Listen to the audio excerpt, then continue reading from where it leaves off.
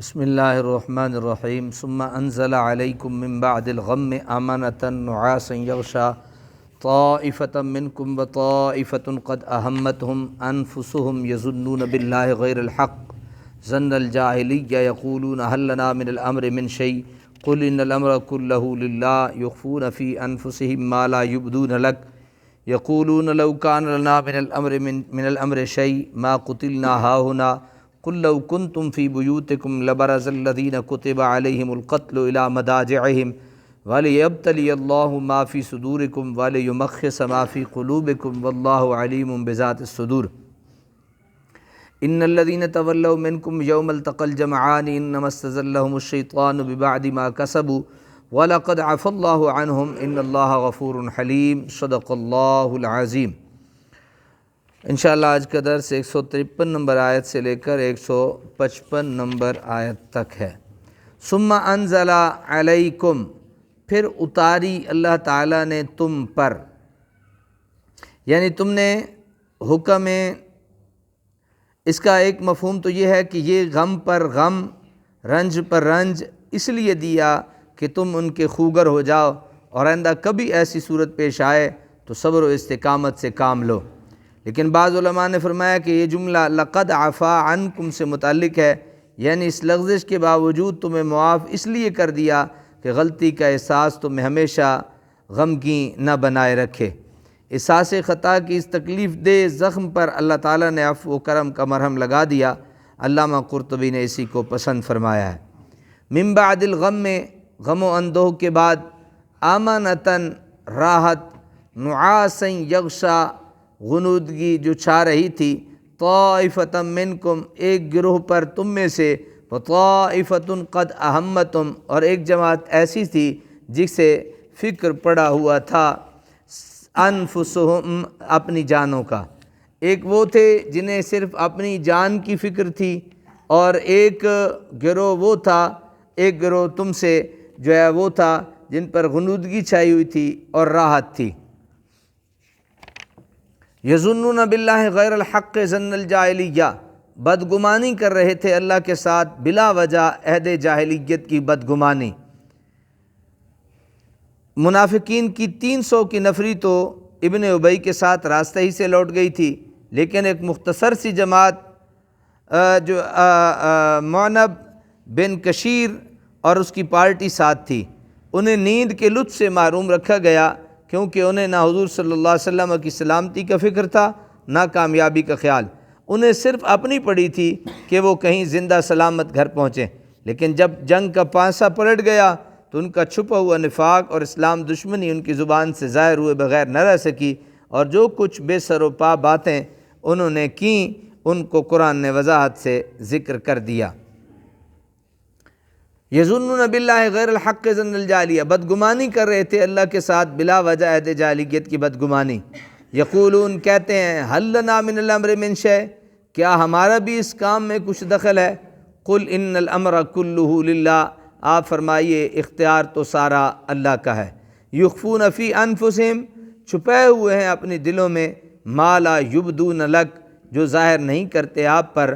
یقولون کہتے ہیں، لو کان لنا من الامر شیء ما قتلنا، کہتے ہیں اپنے دلوں میں اگر ہوتا ہمارا اس کام میں کچھ دخل تو نہ مارے جاتے ہم یہاں اس بے دردی سے۔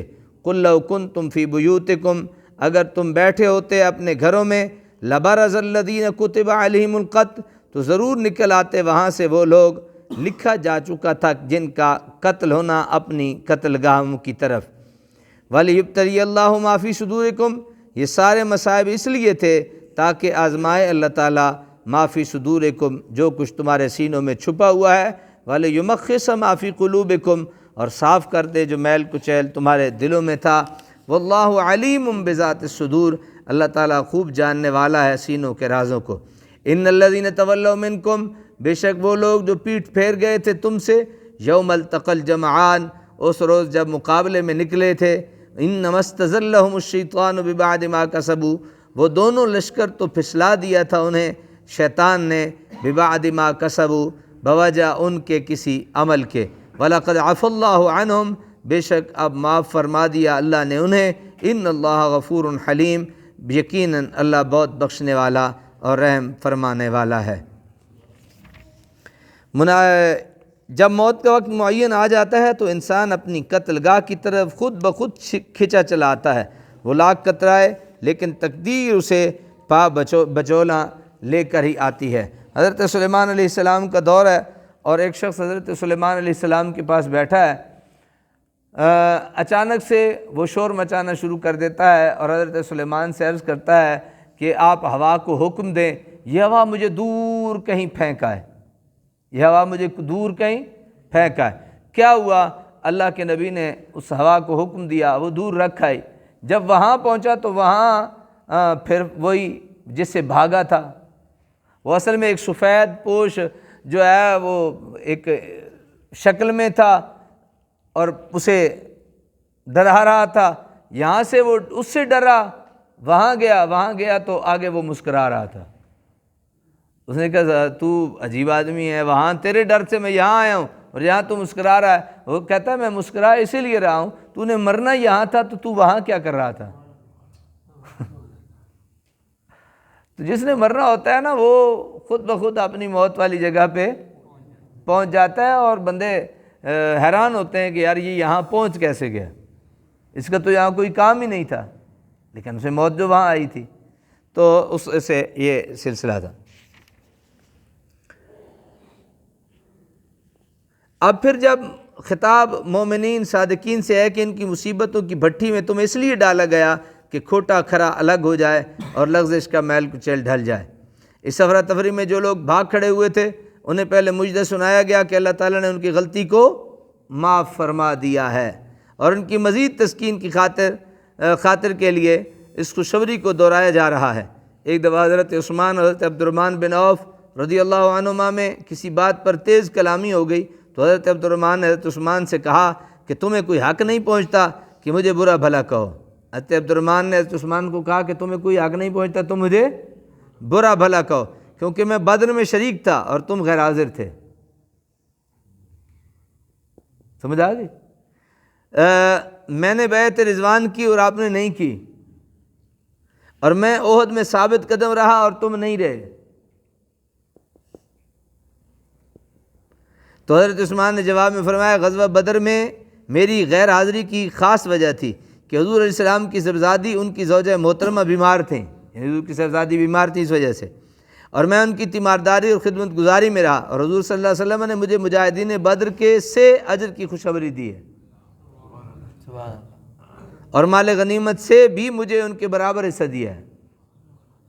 اور بیعت رضوان کے وقت میں حضور صلی اللہ علیہ وسلم کا سفیر بن کر کفار مکہ کے پاس گیا ہوا تھا، اور جب تم لوگ بیعت کر چکے تو حضور نے اپنا دایاں ہاتھ اپنے بائیں ہاتھ پر رکھ کر فرمایا ہاذہ لعثمان، یہ ہاتھ عثمان کی طرف سے ہے۔ میرے دائیں اور بائیں ہاتھ سے سرور دو عالم کا دائیں اور بائیں ہاتھ میرے لیے 1000 درجہ بہتر ہے۔